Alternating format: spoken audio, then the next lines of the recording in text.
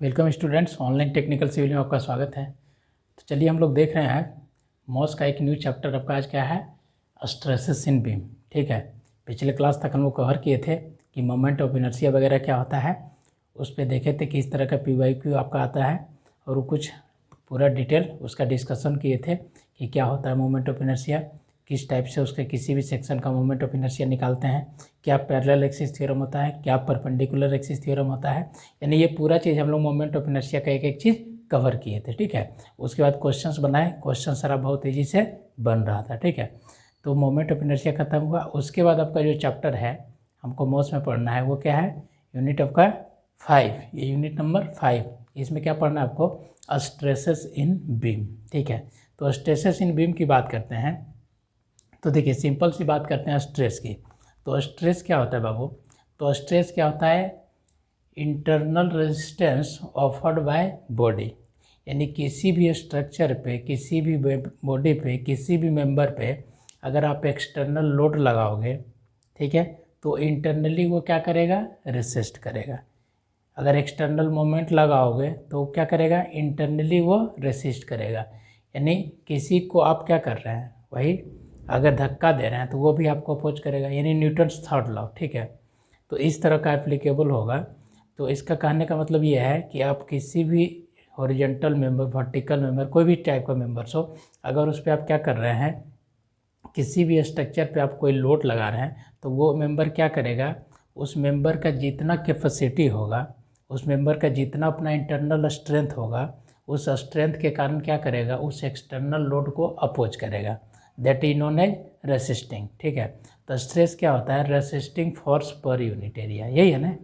Stress क्या होता है आपका? Resisting force per unit area. यानी किसी भी स्ट्रक्चर पे आप एक्सटर्नल लोड लगाते हो तो उस एक्सटर्नल लोड लगाने के बाद वो बॉडी आपका इंटरनली कितना रेसिस्ट करता है पर यूनिट एरिया में, इकाई क्षेत्रफल में, वही आपका क्या कहलाता है?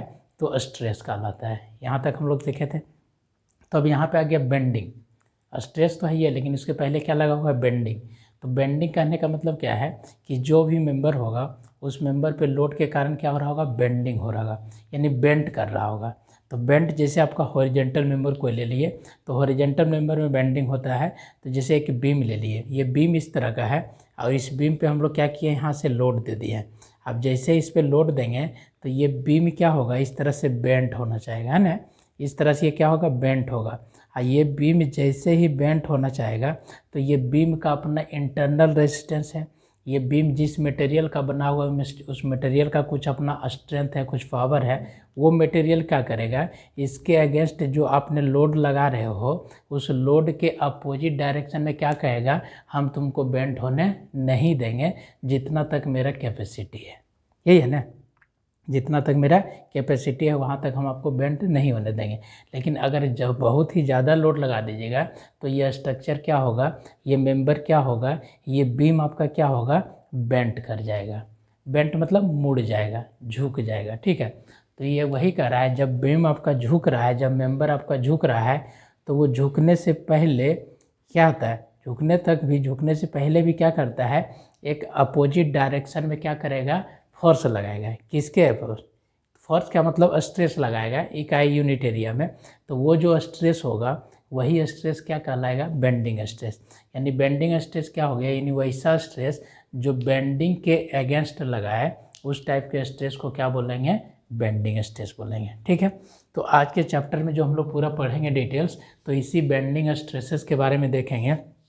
ठीक है, तो ये जो चैप्टर है, ये चैप्टर में हम लोग का क्या है? स्ट्रेसेस इन बीम है।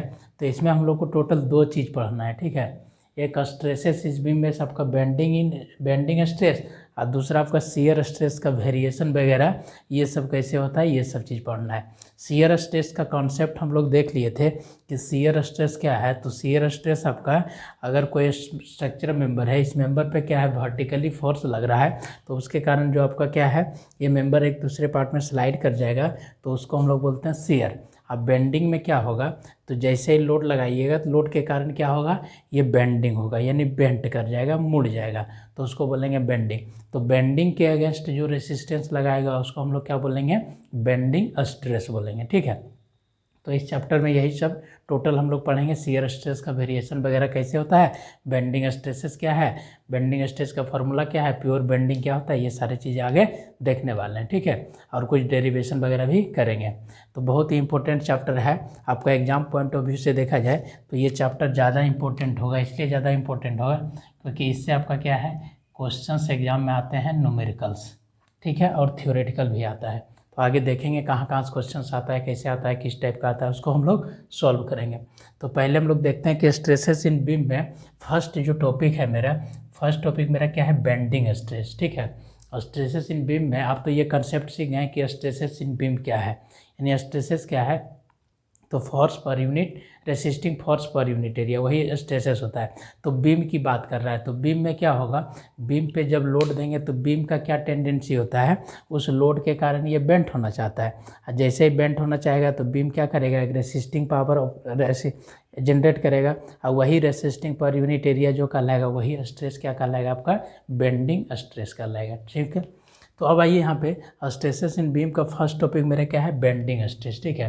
तो ये बेंडिंग स्ट्रेस क्या होता है, ये सारा चीज़ लिखवा दिया है। इसको बोलने के लिए एक वर्ड में आप बोल देते समझ में आ गया होगा, लेकिन इसको लिखिए, ठीक है।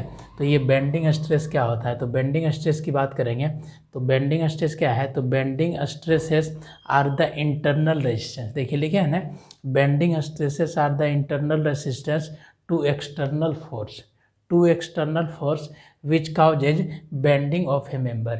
यानी ये क्या कह रहा है कि बेंडिंग स्ट्रेसेस आपका वैसा एक इंटरनल रेसिस्टेंस है, यानी इंटरनल अपोज है, आंतरिक क्या है, अवरोध है, इंटरनल रेसिस्टेंस है to external force. External force करने का मतलब कि बाहरी जो हम लोग बल लगाते हैं उस बल के कारण आपके बीम में जो क्या हो रहा है, बेंडिंग हो रहा है, ठीक है। देखिए फिर से bending stresses are the internal resistance to external force, internal resistance to किसके, टू तो external force which cause bending of member, जो क्या कर रहा है, मेंबर को काउज हो रहा है बेंडिंग करने में, यानी मेंबर को, यानी वैसा एक्सटर्नल लोड, जो लोड आपका क्या हो रहा है, मेंबर को, वैसा एक्सटर्नल लोड जो लोड क्या कर रहा है, मेंबर को बेंड होने के लिए काउज कर रहा है, जो कि उस लोड के कारण आपका मेंबर बेंट हो रहा है। तो ये जो आपका बीम है, ये बीम इंटरनली जो रेसिस्टेंस लगाएगा किसके अगेंस्ट, बेंडिंग के अगेंस्ट, वही क्या कहलाएगा आपका, तो बेंडिंग स्ट्रेस कहलाएगा। जैसे यहाँ पिक्चर में आप देख रहे होंगे, ये जो पिक्चर है आपका, इस पिक्चर में आप देख रहे होंगे ये एक बीम बना हुआ है, ठीक है। बीम पे आपका क्या लग रहा है बाबू, एक्सटर्नल लोड W लग रहा है। पहले बीम का शेप इस तरह से था, ठीक है, बीम का शेप इस तरह से था। अब बीम पे जैसे ही लोड लगा तो ये बीम क्या हो गया, बेंट हो गया, और जैसे ही बीम बेंट हुआ तो ये देखिए इस तरह का ये बेंट हो गया, बेंट होने के बाद इस तरह का कुछ शेप हो गया, ठीक है। तो जब ये बेंट हो रहा था तो ये बेंट होने से पहले ये क्या किया होगा, इस जो लोड है, इस लोड के अगेंस्ट क्या लगाया होगा, इस तरह से इंटरनल रेसिस्टेंस लगाया होगा, बीम लगाया होगा ना। तो यही जो इंटरनल रेसिस्टेंस कहलाएगा वही क्या कहलाएगा, आपका बेंडिंग स्ट्रेस कहलाएगा, ठीक है। तो ये कंसेप्ट आपका क्लियर हो गया कि बेंडिंग स्ट्रेसेस क्या है, ठीक है। तो बेंडिंग स्ट्रेसेस क्या है कि जो आपका बीम पे एक्सटर्नल लोड लग रहा है, जिस लोड के कारण आपका बीम बेंड कर रहा है, उसके अगेंस्ट जो हम लोग रेसिस्टिंग फोर्स लगाएंगे वो क्या कहलाएगा, आपका बेंडिंग स्ट्रेस कहलाएगा, क्लियर। अब देखिए it is denoted by sigma B, bending stress को हम लोग कैसे डिनोट करते हैं, तो सिग्मा बी से। स्ट्रेस से आपको पता है कि स्ट्रेस को हम लोग सिग्मा से डिनोट करते हैं, तो अब बी फॉर क्या हो जाएगा, बेंडिंग, तो इसको बेंडिंग स्ट्रेस को सिग्मा बी से डिनोट करते हैं। अगर हम लोग यूनिट की बात करें तो यूनिट वही होगा न्यूटन पर mm², यानी क्या चीज़ बताइए, पास्कल में, मेगा पास्कल, ठीक है। तो at unit, its unit will be क्या चीज़, न्यूटन पर mm²। Only bending stresses are to be consider, कह रहा है जब आप पढ़ रहे हैं क्या चीज़, बेंडिंग, तो सिर्फ आपको किसको कंसीडर करना है, बेंडिंग स्ट्रेस को कंसीडर करना है, शियर स्ट्रेस को कंसीडर नहीं करना है। जबकि ये जो एक्सटर्नल लोड लग रहा है, तो इस एक्सटर्नल लोड के कारण आपका बीम में क्या होगा, शियर भी हो सकता है, बेंडिंग भी हो सकता है। शेयर भी हो सकता है, जब शेयर होगा तो ये मेंबर देखिए कैसे फेल करेगा, ये शेयर के केस में ये मेंबर इस तरह से फेल कर जाएगा, नहीं शेयर के केस में क्या होगा, इस तरह से मेंबर फेल कर जाएगा। अगर ये ए है, ये बी पे लोड लग रहा है, ये सी है, तो ये मेंबर क्या हो जाएगा, ए बी हो जाएगा, और ये बी सी, और इस तरह से यहाँ से क्या होगा, ऐसे स्लाइड कर जाएगा, है ना। तो ये क्या होगा, शेयर तो आपको क्या कर रहा है कि अगर बेंडिंग स्ट्रेसेस पढ़ रहे हैं तो आपको वहाँ पे क्या करना है, शियर के वैल्यूज को कंसीडर नहीं करना है। ओनली फॉर किसको कंसीडर करते हैं, only bending stresses are to be consider. केवल हम लोग क्या करते हैं, तो बेंडिंग स्ट्रेस को ही कंसीडर करते हैं। तो ये तो आप सीख गए कि बेंडिंग स्ट्रेस क्या होता है, बेंडिंग स्ट्रेस का यूनिट वगैरह क्या होता है। उसके बाद देखिए ओवरऑल फिर लिख दिए हैं कि the resistance offered by the internal stress. ठीक है, फिर से एक और वर्ड आपको लिख दिए हैं कि the resistance offered by the internal stresses, यानी क्या रहा है कि the resistance offered by the internal stresses to the shear force, यानी अगर शियर फोर्स के अगेंस्ट जो आप स्ट्रेस लगाएंगे, जो रेसिस्टेंस लगाएंगे, the resistance offered by the internal stresses to the shear force is called shearing stress, है ना। शियरिंग स्ट्रेस किसको बोलेंगे, तो शियर फोर्स के अगेंस्ट में जो आपका इंटरनल रेजिस्टेंस लगाएंगे उसको हम लोग बोलेंगे shear stress. And when the resistance offered to the bending, अगर रेसिस्टेंस किसके, बेंडिंग के अगेंस्ट लगाएंगे तो इज कॉल्ड बेंडिंग स्ट्रेस, उसी को हम लोग क्या बोलेंगे, बेंडिंग स्ट्रेस बोल रहे हैं। एंड द रिलेवेंट थ्योरी, और इसके रिलेवेंट जो हम लोग थ्योरी पढ़ेंगे उस थ्योरी को हम लोग क्या बोलते हैं, तो theory of simple bending, theory of simple bending. किसके रिलेवेंट, तो ये जो आपका बेंडिंग स्ट्रेसेस है ना, इस बेंडिंग स्ट्रेसेस के रिलेवेंट जो भी हम लोग थ्योरी पढ़ेंगे उस थ्योरी का नाम क्या है, तो थ्योरी ऑफ सिंपल बेंडिंग। ठीक है, तो यहाँ से आप देखें कि थ्योरी ऑफ सिंपल बेंडिंग क्या होता है। तो थ्योरी ऑफ सिंपल बेंडिंग क्या हुआ, तो जिसके बारे में हम लोग स्टडी करेंगे बेंडिंग स्ट्रेसेस के बारे में, वो थ्योरी कहलाएगा थ्योरी ऑफ सिंपल बेंडिंग। तो फिर से देख लीजिए, the resistance offered by the internal stresses to the shear force is called shearing stress. And when the resistance offered to the bending is called bending stress and the relevant theory is called theory of simple bending. ठीक है, तो वही ये चीज़ लिखे हैं उसको यहाँ पे एक तरह से और लिख दिए। ठीक है, तो इस तरह से अरेंज वे में आपको लिखना पड़ेगा। अगर 4 नंबर का क्वेश्चन आ जाए तो अच्छा से आपको लिखना पड़ेगा। ठीक है, समझाने का समझा देंगे, उस समय तक समझ में आ जाएगा, फिर चीज़ें नहीं रहेगा। तो ये चीज़ लिखिए, आपको लिखने के बाद भी चीज़ें याद हो जाएगी। और ये स्ट्रेसेस का मतलब ये सिंपल यही समझिए कि यहाँ इंटरनल रेसिस्टेंस है। ठीक है, internal resistance per unit area, यानी internal resisting force per unit area, उसको restoring force per unit area भी बोलते हैं। ठीक है, अब आइए देखिए कंसेप्ट ऑफ प्योर बेंडिंग। अब कंसेप्ट ऑफ प्योर बेंडिंग की बात करेंगे, क्योंकि हम लोग यहाँ पे जो पढ़ेंगे ना तो प्योर बेंडिंग होगा, यानी वैसा मेंबर लेंगे जिस मेंबर में आपका क्या हो, प्योर बेंडिंग हो। जैसे यहाँ पे जो मेंबर लिए हैं वो मेंबर में देखिए आपका एक्सटर्नल लोड तो W लग रहा है, लेकिन उस W के कारण आपका मेंबर में प्योर बेंडिंग नहीं है, उस मेंबर में क्या है, प्योर बेंडिंग नहीं है। तो ये जो प्योर बेंडिंग है, ये देखिए इसके कारण यहाँ पे क्या हो सकता है, इस लोड के कारण इस मेंबर में बेंडिंग भी हो सकता है, इस मेंबर में शियर भी हो सकता है। तो आपको कह रहा है कि प्योर बेंडिंग मेंबर किसको बोलेंगे, प्योर बेंडिंग मेंबर किसको बोलेंगे, तो वैसा मेंबर जिस मेंबर में क्या हो, शियर फोर्स किसी भी सेक्शंस पे 0 हो। यानी जैसे एक बीम लिए, ठीक है, मान लीजिए इतना लंबा बीम है, ठीक है, अब इस बीम पे किसी भी सेक्शन पे आप शियर फोर्स का वैल्यूज को कैलकुलेट कीजिए, अगर वो शियर फोर्स का वैल्यू आपका क्या हो, 0 हो, तो उस टाइप के मेंबर को हम लोग क्या बोलेंगे, प्योर बेंडिंग मेंबर बोलेंगे। ठीक है, तो ये ऑब्जेक्टिव क्वेश्चन आपका बन सकता है कि the member which is known as the member which shear force at any section is 0 is known as pure bending, यानी प्योर बेंडिंग किसको बोलेंगे। तो देखिए कंसेप्ट ऑफ प्योर बेंडिंग में पहले इसका डेफिनेशन बता देते हैं, फिर उसका कंसेप्ट बताते हैं। तो कंसेप्ट ऑफ प्योर बेंडिंग यानी कह रहा है, if the shear force at any section, if the shear force at any section, अगर शियर फोर्स आपका है एट एनी सेक्शन, किसी भी सेक्शंस पे ऑफ बीम या तो मेंबर में, इज 0, क्या हो, 0 हो, वाइल बेंडिंग, कब, जिसमें बेंडिंग हो रहा है, then it is called pure bending, then it is called pure bending. तो ये देखिए सीखे आप क्या चीज़, concept of pure bending. Concept of pure bending क्या हो गया, if the shear force at any section of beam या तो मेंबर इज 0, शियर फोर्स क्या हो, 0 हो, कब, वाइल बेंडिंग, जिसमें बीम में क्या हो रहा है, बेंड हो रहा है, उस बेंडिंग के दौरान आपका अगर शियर फोर्स 0 हो तो उस टाइप के मेंबर को हम लोग क्या बोलेंगे, प्योर बेंडिंग बोलेंगे। जैसे यहाँ पे देखिए एक बीम देख रहे होंगे, ठीक है, ये बीम देख रहे हैं, इस तरह से यहाँ पे मोमेंट अप्लाई किया गया, इस तरह से यहाँ पे मोमेंट अप्लाई किया। अब इस मोमेंट का लगने के कारण ये जो बीम है, ये बीम देखिए आपका किस तरह से बेंट होगा, तो ये बीम आपका देखिए इस तरह से बेंट होगा, ये बीम आपका इस तरह से बेंट होगा, है ना, ये बीम इस तरह से बेंड होगा। तो ये जो इस मोमेंट के कारण, ठीक है, यहाँ पे लोड लग रहा है तो इस लोड के कारण भी बीम आपका बेंड होगा, लेकिन यहाँ पे क्या है, इस लोड के कारण आपका शियर फोर्सेस भी होगा, ठीक है। लेकिन अगर इस तरह का मोमेंट लगा हुआ है, कपल मोमेंट, तो इसके कारण ये क्या होगा, तो ये बीम देखिए बेंड कर जाएगा। ये बीम क्या हो गया, बेंडिंग हो गया। बीम में क्या हो गया, बेंडिंग हो गया। और साथ में इसमें शियर फोर्स क्या है, जीरो है। साथ में क्या है, इसमें शियर फोर्स जीरो है। अब देखिए कैसे, इसको ऐसे समझने की कोशिश कीजिए।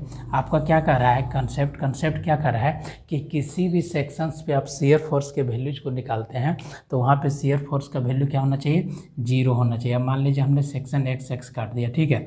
अब सेक्शन एक्स काट दिए हैं, तो इसका अगर हम लोग बनाएं इस तरह से, सेक्शन एक्स पे हम लोग शियर फोर्स कैलकुलेट करें, तो यहाँ पे देखिए एक एम लग रहा है, ठीक है। तो यहाँ पे भी एक मोमेंट लगेगा, कैसा, एम आर मतलब क्या है, रेसिस्टिंग मोमेंट लगेगा इसके अपोजिट डायरेक्शन में। और यहाँ पे क्या लगेगा, इस तरह से शियर फोर्स लगेगा, ठीक है। आपको पता है ये जो शियर फोर्स होता है, ये जो शियर फोर्स, इसको मान लेते हैं हम लोग भी, शियर फोर्स को क्या मान लेते हैं, भी। तो ये जो भी होता है, तो ये क्या होगा, भी शियर फोर्स क्या चीज़, summation of all vertical forces. तो summation of all vertical forces, तो वर्टिकल फोर्सेस का समेशन क्या हो गया, भी। अब प्लस कुछ तो नहीं है, तो ये भी प्लस कुछ एक्सटर्नल लोड तो नहीं है, तो भी इक्वल टू क्या हो जाएगा, भी इक्वल टू जीरो हो जाएगा। यानी यहाँ पे सेक्शंस पे क्या है, आपका शियर फोर्स का वैल्यूज जीरो है। शियर फोर्स का वैल्यू क्या है, जीरो है। चाहे किसी भी सेक्शन पे कट कीजिए, यहाँ यहाँ यहाँ यहाँ यहाँ कहीं भी निकालिए, किसी भी सेक्शंस पे, अगर उस बीम में आपका क्या हो, शियर फोर्स का वैल्यू जीरो हो जाए इंटायर सेक्शन किसी भी पॉइंट पे, तो वो क्या कहलाएगा, आपका प्योर बेंडिंग कहलाएगा। वैसा जो मेंबर होगा वो मेंबर आपका क्या कहलाएगा, तो प्योर बेंडिंग कहलाएगा, ठीक है। तो प्योर बेंडिंग का कंसेप्ट भी आप क्या हुए, सीख गए। तो प्योर बेंडिंग कहने का मतलब क्या हो गया कि वैसा मेंबर जहाँ पे क्या हो, इंटायर सेक्शन में किसी भी सेक्शंस पे आप क्या कीजिए, आपका इंटायर बीम के लेंथ पे किसी भी सेक्शंस पे आप शियर फोर्स कैलकुलेट कर रहे हैं, अगर वो शियर फोर्स का वैल्यू आपका जीरो हो तो उस बीम को हम लोग क्या बोलेंगे, प्योर बेंडिंग बोलेंगे, ठीक है। उस बीम को क्या बोलेंगे हम लोग, प्योर बेंडिंग बोलेंगे। तो अभी यहाँ पे जो लिया गया है, देखिए इस तरह से मोमेंट लगा, इस मोमेंट के कारण ये बीम में क्या होगा, बेंड तो होगा। तो बीम में बेंडिंग हो रहा है, ठीक है, बीम में बेंडिंग हो रहा है, लेकिन शियर फोर्स का वैल्यू क्या है, हर एक सेक्शंस पे आपका जीरो है। तो इस टाइप के मेंबर को हम लोग क्या बोलेंगे, इस टाइप के मेंबर्स को हम लोग बोलेंगे प्योर बेंडिंग, ठीक है। तो तीसरा चीज़ सीखे आपका कंसेप्ट ऑफ प्योर बेंडिंग का, ठीक है। तो यहाँ से ऑब्जेक्टिव क्वेश्चन आपका बनेगा कि वैसा प्योर बेंडिंग मेंबर किसको बोलेंगे, तो प्योर बेंडिंग मेंबर उस मेंबर को बोलेंगे, या तो प्योर बेंडिंग क्या होता है, तो वैसा मेंबर जिसपे शियर फोर्स का वैल्यू क्या हो, किसी भी सेक्शंस पे जीरो हो, उस टाइप के मेंबर को हम लोग बोलेंगे प्योर बेंडिंग। क्लियर। अब आइए थ्योरी ऑफ सिंपल बेंडिंग क्या होता है, ठीक है। अब थ्योरी ऑफ सिंपल बेंडिंग से, तो थ्योरी ऑफ सिंपल बेंडिंग समझने के लिए अब यहाँ पे देखिए ये जो चीज़ है ना, अब देखिए यहाँ पे आपका ये दो पिक्चर दिख रहा होगा, ठीक है। इस पिक्चर को देख लीजिए, फिर उसको समझाते हैं। ये देखिए आपका क्या है, थ्योरी ऑफ सिंपल बेंडिंग का दो पिक्चर बना है। एक बीम लिए हैं, ठीक है, एक ये इतना लंबा बीम है, एक ये जो है ना इतना लंबा मान लीजिए बीम है। सपोज दैट ये किस तरह का ये बीम है, ठीक है, ये इस तरह का एक बीम है, इतना लंबा बीम। इसका दो सेक्शन काट लिए हैं, ये सेक्शन काट लिए हैं, ठीक है, ये सेक्शन काट लिए हैं। यहाँ पे इस तरह से मोमेंट लग रहा है, यहाँ पे इस तरह से मोमेंट लग रहा है, ठीक है। ये देखिए अब ये सेक्शन काटे हैं, इसका नाम क्या दे दिए हैं, ए, इसका नाम सी दे दिए हैं, नीचे क्या है बी, और यहाँ क्या है डी, और ये जो सेंट्रल है ना, इस सेंट्रल पे आपका क्या है आर एस है, ये क्या है आर एस है, ठीक है, ये आर एस दे दिए हैं। ये जो बीम है ना, इस बीम के लेंथ को क्या ले लिए हैं, डी एक्स, बीम का लेंथ कितना है, डी एक्स है, ठीक है। तो ये देखिए बी एम का क्या है, और ये जो शेप बना हुआ है ये क्या है, बिफोर बेंडिंग। और जैसे ही बेंडिंग कर जाएगा तो ये बेंड कर जाएगा, तो यही शेप आपका कैसे बन जाएगा, तो इस तरह का कुछ बन जाएगा। ये अगर शेप बेंड कर जाए तो ये देखिए बेंड करने के बाद कुछ इस तरह आपका बनेगा, ठीक है। ये जो वैल्यू है ये आफ्टर बेंडिंग है, बेंड कर जाएगा ना, तो जब बेंड करेगा तो क्या होगा, नीचे वाला पोर्शन फैलेगा, ऊपर वाला पोर्शन क्या होगा, सिकुड़ जाएगा।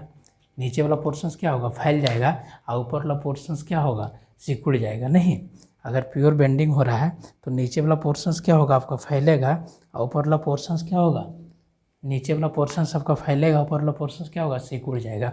अब देखिए जैसे ये बीम है, ठीक है, ये हॉरिजॉन्टल मेंबर है, इस पर लोड दिए हैं, इस तरह से बेंड किया है। तो आप ही देखिए जब इस पे इस तरह से इसको देखिए, जब इस तरह से ये बेंड करेगा तो नीचे वाला पोर्शन देखिए स्ट्रेच हो रहा है, नीचे वाला स्ट्रेच फैल रहा है ना।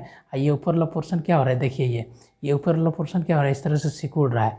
और नीचे वाला ये जो पोर्शन है, ये नीचे वाला पोर्शन आपको देखिए इस तरह से ऐसे बेंड कीजिएगा तो ये क्या हो रहा है, ऊपर वाला पोर्शन सिकुड़ रहा है और नीचे वाला क्या होगा, स्ट्रेच होगा, फैलेगा।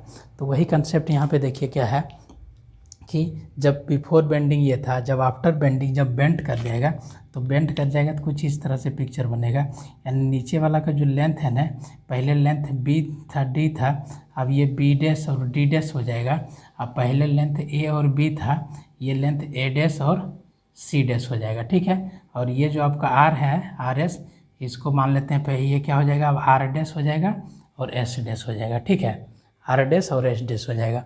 तो देखिए आपका थ्योरी ऑफ सिंपल बेंडिंग क्या कह रहा है कि consider a small length of beam D X, यानी क्या किए हैं, एक डी एक्स लेंथ का एक छोटा सा बीम लिए हैं। टॉप लेयर क्या है, A C, top layer A C of beam has suffered compression while the bottom layer B D has suffered tension due to bending stress, ठीक है। यानी आपका बेंडिंग स्ट्रेस के कारण ये जो बीम है, इस बीम में क्या हो रहा है, आपका टॉप वाला पोर्शन में कंप्रेशन हो रहा है। ये जो टॉप पोर्शन है इसमें कंप्रेशन होगा, ये जो टॉप पोर्शन है, इस टॉप पोर्शन में आपका कंप्रेशन होगा और बॉटम पोर्शन में क्या होगा, टेंशन होगा। क्योंकि बॉटम वाला जो पोर्शन है वो पोर्शन आपका क्या होगा, स्ट्रेच्ड करेगा और वो टॉप वाला पोर्शन क्या होगा, कंप्रेस करेगा, ठीक है।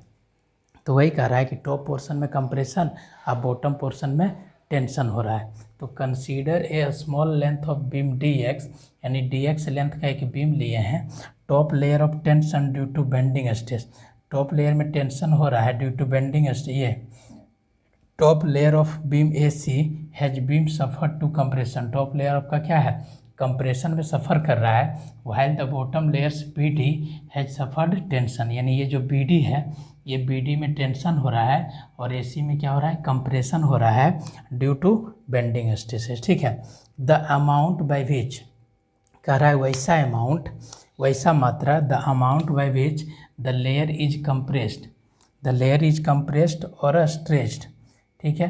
कंप्रेस्ड और स्ट्रेच, कंप्रेस्ड करने मतलब जो सिकुड़ रहा है, स्ट्रेच करने का मतलब जो फैल रहा है। यानी जो लेयर आपका जो है कितना मात्रा में, ये जो है इसका मात्रा कितना हो रहा है सिकुड़ने का। जैसे मान लीजिए पहले ए सी था, अब ये ए डैश सी डैश हो गया, यहाँ पे लेंथ कुछ था, यहाँ पे लेंथ क्या हो गया, घट गया। और यहाँ पे लेंथ पहले बी डी ये था, अब लेंथ क्या हो गया, ये देखिए ये बी डी का लेंथ आपका इस तरह से हो गया, यानी अब लेंथ थोड़ा सा क्या हो गया, बढ़ गया। तो वही कह रहा है कि the amount by which layer is compressed और stretched depend upon the position of layer with reference to R S. यानी कह रहा है ना कि ये जो आपका कितना मात्रा में घट रहा है, कितना मात्रा में बढ़ रहा है, ये आपका क्या करेगा, डिपेंड करेगा ये जो आर एस लेयर है ना, इस आर एस लेयर से कितना डिस्टेंस पे है। जैसे जैसे इसके डिस्टेंस के अंदर बढ़ते जाइए, ऊपर बढ़ते जाइएगा, ये वैल्यू क्या होगा, घटते जाएगा। आपको पता है, ये आपको पता है कि अगर ये बीम में क्या हो रहा है, बेंडिंग हो रहा है। अब देखिए इसको ऐसे समझिए, बीम में अगर बेंडिंग हो रहा है तो इस तरह से बीम कुछ बेंट हो गया है ना, इस तरह से आपका क्या होगा, ये बीम कुछ बेंट हो गया। अब ये देखिए ये क्या हो रहा है, ये जो बेंट हो रहा है, ये इस तरह से बेंट होते होते इसका एक यहाँ पे इस तरह क्या होता है, ये इस तरह का एक पिक्चर बनाता है, इस तरह से सर्कुलर जाके यहाँ पे इस तरह का कुछ सेंटर पे जाएगा, ठीक है। सेंटर ऑफ कर्वेचर बोलते हैं, ठीक है। यानी ये इस तरह का कर्वेचर इन्फाइनाइट इस तरह के जाकर मिलेगा, इन्फाइनाइट पॉइंट पे कहीं ना कहीं क्या होगा, दोनों चीज़ जाके मिलेगा। तो वही कह रहा है, ये जो आपका क्या था, आर एस था, ये क्या था, आर एस था, ये क्या था, आर एस था। तो वही कह रहा है कि आपका जो अमाउंट है, क्या चीज़, ये ए और सी था और ये क्या था, बी डैश और डी डैश था, आफ्टर कंप्रेशन और आफ्टर टेंशन, ठीक है। तो ये जो कह रहा है कि ये जो अमाउंट है, ये ए सी, ये कितना होगा, ये किस पे डिपेंड करेगा, तो आर एस से कितना डिस्टेंस है उस पर डिपेंड करेगा। ये आर एस से डिस्टेंस अभी कम है, यहाँ पे स्ट्रेच क्या होगा, कम होगा। ये आर एस से डिस्टेंस ज़्यादा हो जाए, यहाँ पे देखिए स्ट्रेच क्या होगा, और कम होगा। जैसे जैसे ऊपर जा रहे हैं तो ये स्ट्रेच का वैल्यू और क्या हो रहा है, कमते जा रहा है। यानी पहले लेंथ इतना था, अब लेंथ कम गया, अब लेंथ कम गया, अब लेंथ कम गया, अब लेंथ कम गया। तो ये किस पे डिपेंड कर रहा है, ये जो आर एस एक रेफरेंस एक्सिस माने हैं, इस आर एस से क्या है, जैसे जैसे डिस्टेंस बढ़ते जा रहे हैं इधर का वैल्यूज क्या हो रहा है, कमते जा रहा है। और जैसे जैसे हम लोग इधर आएंगे इधर का वैल्यूज और क्या होगा, देखिए इस तरह से बढ़ते जाएगा, बढ़ते जाएगा ना। तो वही देखिए आपका कह रहा है कि the amount by which the layer is compressed और स्ट्रेच्ड, ये डिपेंड करता है, depend upon the position of the layer with reference to R S. यानी आर एस का जो लेयर है उस लेयर के रेफरेंस पे डिपेंड करता है कि कितना आपका ये कंप्रेस्ड हो रहा है और ये कितना स्ट्रेच हो रहा है। ठीक है, this layer is R S which is neither compressed nor stretch. और ये जो आर एस है, ये आर एस एक ऐसा लेयर है जिस लेयर पे क्या हो रहा है, ना तो कंप्रेशन हो रहा है ना तो टेंशन हो रहा है। यानी सी और टी दोनों इक्वल टू क्या है, यानी सी और टी दोनों इक्वल टू क्या है, जीरो। यानी ये कोई ऐसा लेयर है जिस लेयर में क्या है, ना तो कंप्रेशन है ना तो टेंशन है। वही कह रहा है the layer is R S which is neither compressed nor stretch is known as neutral plane और न्यूट्रल लेयर। ठीक है, इस लेयर को हम लोग क्या बोलते हैं, न्यूट्रल प्लेन भी बोलते हैं, नहीं तो न्यूट्रल लेयर भी बोलते हैं। दिस थ्योरी, और ये जो थ्योरी है ये अभी जो स्टडी किए हैं, this theory of bending is called simple, this theory of bending is called theory of simple bending. और ये जो थ्योरी अभी बताया है इसी थ्योरी को हम लोग क्या बोलते हैं, सिंपल बेंडिंग बोलते हैं। अब इस थ्योरी का हेल्प करके क्या करते हैं हम लोग, कुछ फार्मूलाज वगैरह इक्वेशंस वगैरह है उस इक्वेशंस का डेरिवेशन करते हैं। ठीक है, तो आइए हम लोग देख रहे हैं अभी कि सिंपल और बेंडिंग्स क्या हुआ। फिर से एक बार इसको हम समझने की कोशिश, थ्योरी ऑफ सिंपल बेंडिंग क्या कर रहा है। तो थ्योरी ऑफ सिंपल बेंडिंग देखिए, आप समझने की कोशिश कीजिए।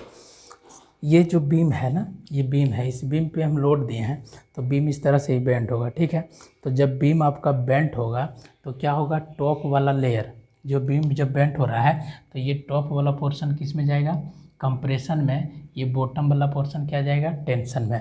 तो आप ही सोचिए ये क्या हो रहा है, इधर कंप्रेशन हो रहा है इधर टेंशन हो रहा है। तो एक तो ऐसा स्टेज जरूर होगा जहाँ पे ना तो कंप्रेशन हुआ होगा ना तो टेंशन हुआ होगा। यानी ये जोन कंप्रेशन में इधर टेंशन की तरफ आ रहा होगा तो एक तो लेयर जरूर ऐसा कहीं ना कहीं होगा। ऐसा थोड़ा है कि इधर कंप्रेशन इधर टेंशन, तो बीच में, यानी कंप्रेशन से अगर टेंशन में चेंज कर रहा है तो एक तो ऐसा लेयर आया होगा ना जहाँ पे कंप्रेशन से जस्ट टेंशन में आया होगा, सी से जस्ट टी में आया होगा। तो कह रहा है कि वैसा लेयर जहाँ किसी भी एक पॉइंट हुआ होगा जहाँ पे सी टी बराबर हुआ होगा, यानी कंप्रेशन इक्वल टू टेंशन, यानी जितना कंप्रेशन उतना टेंशन, तो वो आपका क्या हो गया, C T equal to zero. यानी ना तो कंप्रेशन हुआ होगा ना तो टेंशन। कहने का मतलब क्या है, ये जो आर एस है, इस आर एस का भी जितना यहाँ पे लेंथ है उतना ही लेंथ क्या है, यहाँ पे जो आर एस है यहाँ भी लेंथ क्या है, उतना ही। क्योंकि इस लेयर में क्या है, ना तो कंप्रेशन हुआ है और ना तो टेंशन हुआ है, इसीलिए इस लेयर को हम लोग क्या बोलते हैं, न्यूट्रल। न्यूट्रल होने का मतलब क्या चीज़, कुछ नहीं, जो क्या है, कुछ नहीं। यानी वैसा लेयर जिस लेयर पे कोई अफेक्ट नहीं पड़े उस टाइप के लेयर को हम लोग क्या बोलते हैं, न्यूट्रल, है ना। क्या बोलते हैं, देखिए ना, कोई लड़का कुछ चीज़ में इंटरेस्ट नहीं लेता तो क्या बोलते हैं, ये न्यूट्रल है। न्यूट्रल मतलब क्या चीज़, उसको किसी चीज़ में इंटरेस्ट नहीं है। तो वही कह रहा है कि जब बीम आपका है, जब इस पर बेंडिंग हो रहा है तो बेंडिंग के कारण टॉप वाला पोर्शन कंप्रेशन में जा रहा है, बॉटम वाला पोर्शन टेंशन में जा रहा है।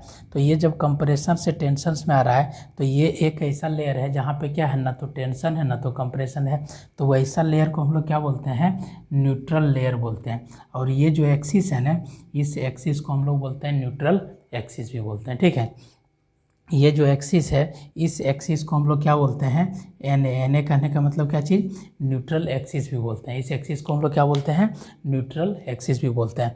तो ये आर एस हो गया और बिफोर आर एस यानी क्या है, यहाँ पे R S equal to R dash S dash हो जाएगा। क्यों, क्योंकि यहाँ पे ना तो कंप्रेशन हो रहा है ना तो टेंशन हो रहा है, तो उस टाइप के लेयर को हम लोग क्या बोलते हैं, न्यूट्रल लेयर बोलते हैं। ठीक है, तो वही कंसेप्ट यहाँ पे देखिए लिखे हैं कि और ये जो आपका है, आपका कितना कंप्रेशन हो रहा है कितना टेंशन हो रहा है, ये न्यूट्रल एक्सिस से कितना डिस्टेंस पे है वो डिपेंड करेगा।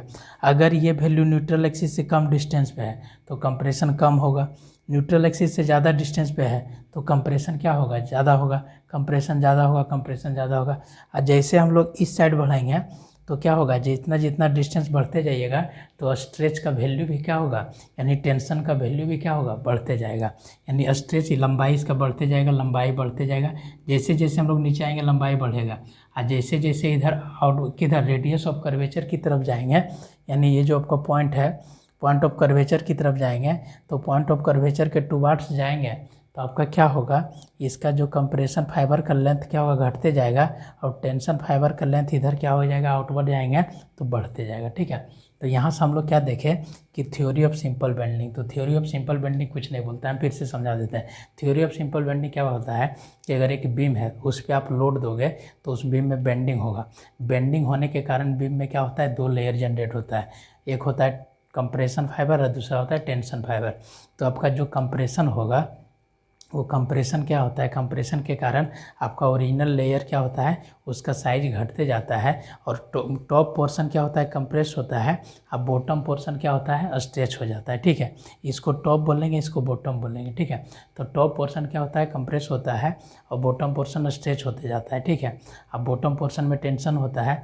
अब क्या कर रहा है कि ये जो होता है चीज़, तो ये चीज़ जो होता है ये डिपेंड आपका किस पे करता है, तो ये जो न्यूट्रल लेयर है ना, उस न्यूट्रल एक्सिस से कितना डिस्टेंस पे है। ठीक है, तो वही कह रहा है कि ये डिपेंड करता है आपका न्यूट्रल एक्सिस से कितना डिस्टेंस पे है। आपको अमाउंट कैलकुलेट करना है कि कितना मात्रा में कंप्रेशन हो रहा है, कितना मात्रा में टेंशन हो रहा है। तो कितना मात्रा में कहाँ से, तो ये रेफरेंस एक्सिस आपको कौन देता है, आर डैश एस डैश देता है। उस आर डैश एस डैश को हम लोग क्या बोलते हैं, न्यूट्रल लेयर बोलते हैं। ठीक है, और ये जो लाइन है इस एक्सिस को हम लोग क्या बोलते हैं, न्यूट्रल एक्सिस बोलते हैं। तो इसी थ्योरी को, इसी स्टडी को हम लोग क्या बोलते हैं, तो थ्योरी ऑफ सिंपल बेंडिंग बोलते हैं। इसी को हम लोग क्या बोलते हैं, थ्योरी ऑफ सिंपल बेंडिंग बोलते हैं। क्लियर, तो आपको ये बेसिक चीज़ समझ में आया होगा कि बेंडिंग स्ट्रेस क्या होता है, सिंपल यानी बेंडिंग स्ट्रेस कैसे आया, बेंडिंग स्ट्रेस का डेफिनेशन बताया आपको क्या होता है, फिर ये चीज़ बताए, कंसेप्ट ऑफ प्योर बेंडिंग बताए। तो कंसेप्ट ऑफ प्योर बेंडिंग में एक ही चीज़ याद रखना है कि वैसा सेक्शन, जिस सेक्शन पे किसी भी पॉइंट पे क्या करें, वैसा मेंबर जिस मेंबर पे किसी भी सेक्शन पे शियर फोर्स कैलकुलेट करें उसका वैल्यू 0 होगा तो वो क्या कहलाएगा, आपका प्योर बेंडिंग कहलाएगा। क्लियर, ये पिक्चर्स हम आपको बताए थे और आपका थ्योरी ऑफ सिंपल बेंडिंग पढ़ लिए। उसके बाद हम लोग थोड़ा एजम्पशंस देखते हैं, एजम्पशंस के बाद फिर इसका एक डेरिवेशन देखेंगे। ठीक है, तो आई होप आपको यहाँ तक समझ में आया होगा ये बेसिक चीज़। अब बेंडिंग स्ट्रेस सब शुरू हो गया है, तो अब फिर मिलेंगे हम लोग फिर नेक्स्ट क्लास में इसके एजम्पशंस और कुछ डेरिवेशन है उसके साथ। Thank you, bye bye.